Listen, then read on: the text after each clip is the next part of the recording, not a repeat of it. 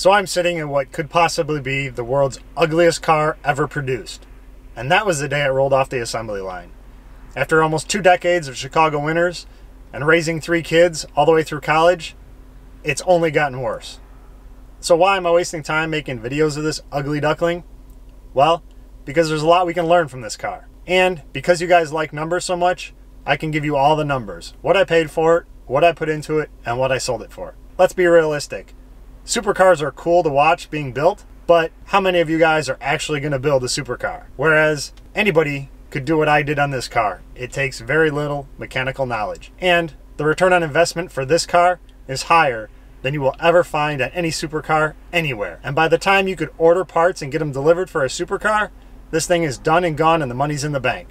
So our first lesson on this one is one I stress on every car you purchase, even if it's brand new from a dealer. And I'll explain that in future videos. But that is get an inspection. A visual inspection is all you need on this one, but that doesn't mean that even new cars don't have something hidden. If we're not going to look at the car and we're just going to look at the paperwork, everybody loves Carfaxes, and this is the Carfax Dream. It's a one owner, purchased brand new from the dealer, clear title, no accidents, dealer maintained SUV. The Blue Book value on this is anywhere from $6,000 to $10,000. So priced at $3,000, you'd jump on that deal, right? Maybe if you were Ray Charles or Helen Keller, yes. But anybody else, you might object. Because most of the problems with this car are clearly visible. It's all cosmetic. Does it make it a bad car? No, just makes it ugly. So let's keep going with the good stuff on this truck. It's a Lexus, which might contribute to why it's so ugly, depending on how you feel about Toyota's styling. It's fully loaded, it's 4-wheel drive, it's a V8, it's got 3 rows of seats, and everything on this truck works. It rides nice, and it's quiet. Well, at least it is now. So how did I end up with a running, driving SUV for $200? Well, the owner called me up. It's been sitting in his garage as a spare car for about a year. He's got multiple spare cars and just wanted this one gone. I hadn't seen it, and he told me it was pretty bad. So I told him, well, at least I could junk it, and I can give you $200 for that. Now, I get $250 for junk cars. So I figure, worst case scenario, I make $50 for making a phone call. He agreed to it, and I forgot all about it. About 2 weeks later, I pull in my driveway, and here this thing sits. Keys in the ignition, battery dead, and out of gas. Let's take a look at it and see what it looks like. See what we can do with it, and make a little bit of money. Or just take our $50 and walk away.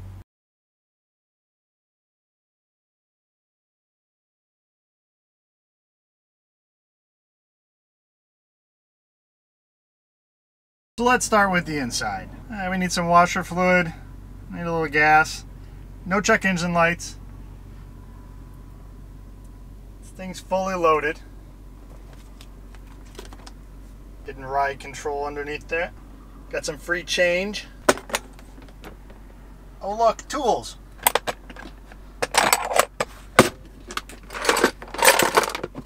Some more change and some garbage. We have all the owner's manuals, some candy bars,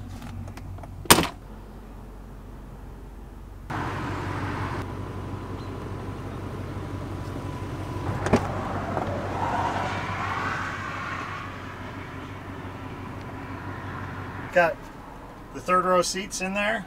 They are removable, so sometimes it's a bonus to get all of them.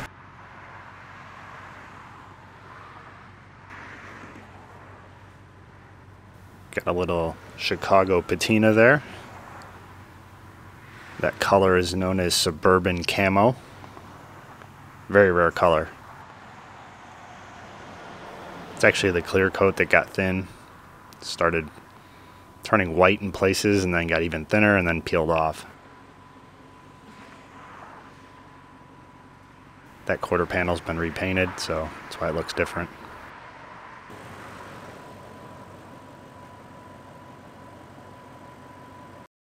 And we're going to throw up on a lift and see what's underneath. Muffler's given up on life. The duct tape's just not doing it anymore. Doesn't matter because the hole in the back is even bigger.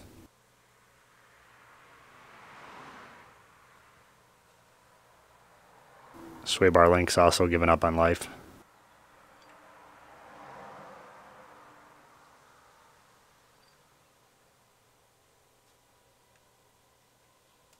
But it does have decent tires. So now we're going to fix some of the stuff that doesn't cost us any money. So the bolt wouldn't come all the way out. So just kind of work it back and forth. Tighten it up, loosen it, tighten it up, loosen it until it comes out. Beats breaking it off and having to drill it out.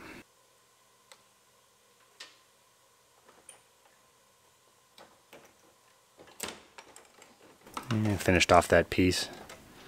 It was all cracked.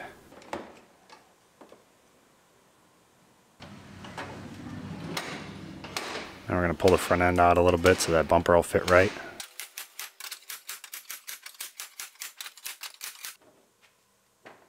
Push the fender back in. We'll put our headlight back in. I thought about replacing it, but replacements were like $300. I'll let the new owner decide if they really want it or not. I can't buy a headlight that costs more than the vehicle I'm putting it on.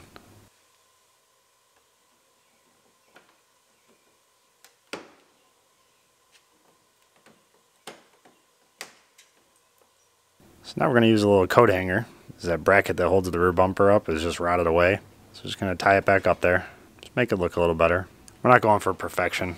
It's not like my usual cars. It's kind of fun to do these. You don't really care how they turn out. The door is rubbing the fender. So now we're just going to pull it out a little bit. Somebody probably backed into a parking lot or something.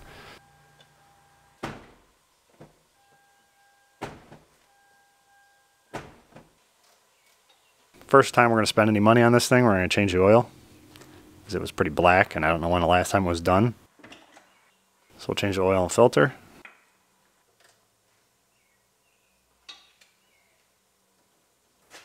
And now we're going to change our muffler. We're not even going to try and get those bolts out. We're just going to cut the heads right off of them.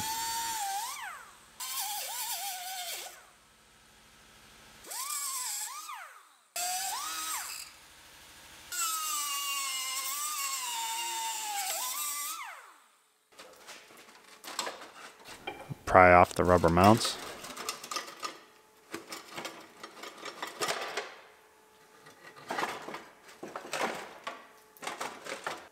Take off our clamp.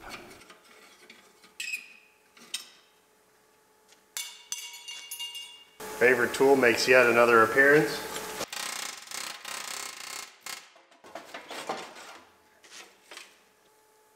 Put our new muffler up there, slide it into its rubber mounts, and bolt it up. Put our gaskets on there with some cement because those flanges were pretty rotted. Want to make sure they sealed nice and tight, no leaks. Put our clamp back on the back.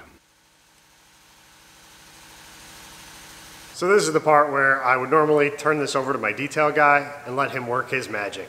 But no amount of his magic is going to get the ugly out of this thing. So we're just going to clean it up a little bit, make it a little more presentable.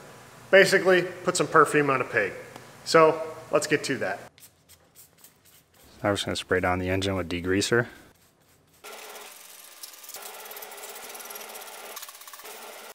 Helps if the engine's a little bit warm. Makes it a little easier to clean. Just rinse it all off. Check out the yummy goodness in this center console. Got some tacks and some change. Tacks are pointy. So we get as much loose stuff out of here as we can. And the rest of it that's kind of held in there with pop and everything else, we're going to use our special potion mix of hydrogen and oxygen. And that's all it takes.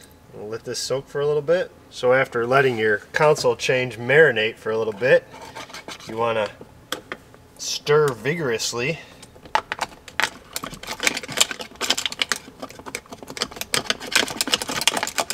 Break all that stuff loose in there. Got a nice cup holder stew going on here.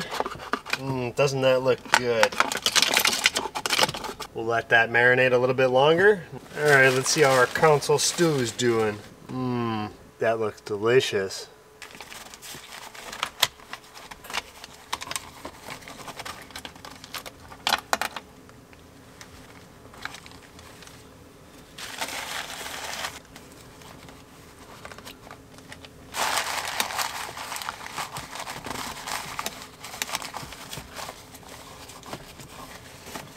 a vast improvement, but we can do better.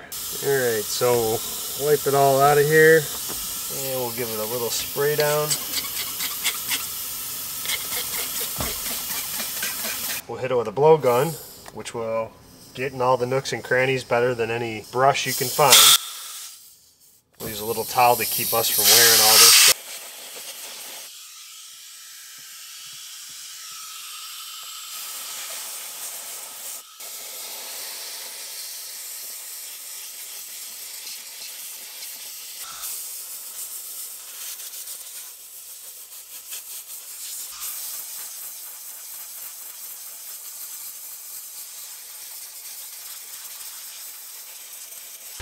And there you have it.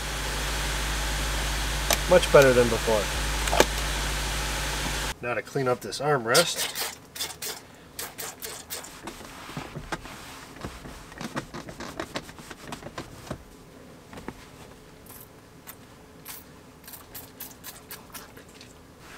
Now we just use regular diluted degreaser, all-purpose cleaner basically, to clean the console and everything else. Door panels.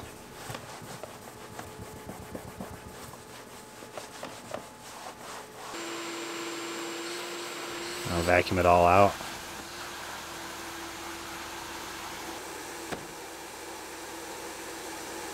Make sure you get underneath the seats.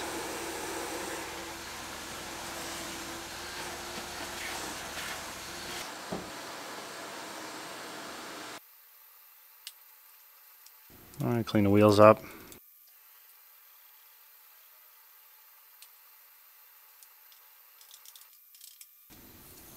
Wash the whole truck down. I'm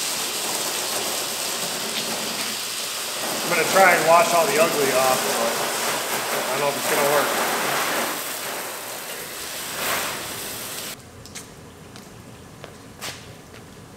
work. Unfortunately, the ugly didn't rinse off.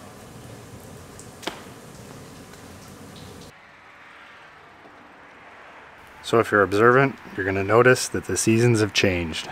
I sat on this SUV for about 5 months because I knew it was not going to be an easy sale in the middle of summer.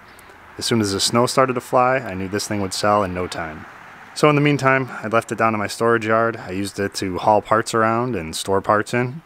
So I got some use out of it, which I guess is another lesson it has to teach us, that patience can help you make a little extra money. Waiting for the right time to sell it got me a lot more than if I had tried to sell it and just get rid of it right away. I only had $200 invested in it, so it wasn't like it was a big deal for me to get it back. So at the first snowfall, it went up for sale, and 2 days later, I had $2,500 for it. So of that $2,500, I had bought it for $200. The muffler and gaskets, the sway bar link, the oil and filter, and gas I put in it came to $439.35. We'll just call it $500. So I had $500 in it. I sold it for $2,500, so a profit of $2,000. 4 times what I invested in it. To do the work actually took me 4 hours. I was essentially getting $500 an hour. Now, because I'm not greedy, I ended up giving the owner another $1,000 after I sold it. You can say that was stupid if you want, but he was shocked. And of course, he started telling his story to anybody that would listen. One of the people he told it to actually asked for my number and purchased another car I was selling. So I got the $1,000 back and then some. I doubt he's done telling his story. He was pretty excited. So I might get some future sales as well. Not to mention, I service all of his other cars. So there you go. It was kind of fun to work on something that was kind of a beater. Mechanically, it was in great shape. I know you're going to wonder how I sold it. I put it up for sale in front of my house, and I also threw it up on Craigslist. It wasn't even the lowest priced one on Craigslist. It was actually one of the higher priced ones, and even with 200,000 miles, the first call came in 2 hours after I listed it. That guy came out and looked at it, only offered me $2,300. So I said I'd wait. Next guy came 2 days later. He offered me $25,000. That was the number I wanted. It was gone. The first guy ended up calling me back after that. I had to tell him it was sold. So like this video if you found it interesting. Share it if you think somebody else might. Subscribe if you aren't already. And as always, thanks for watching, and I'll see you soon. Dots, anyone?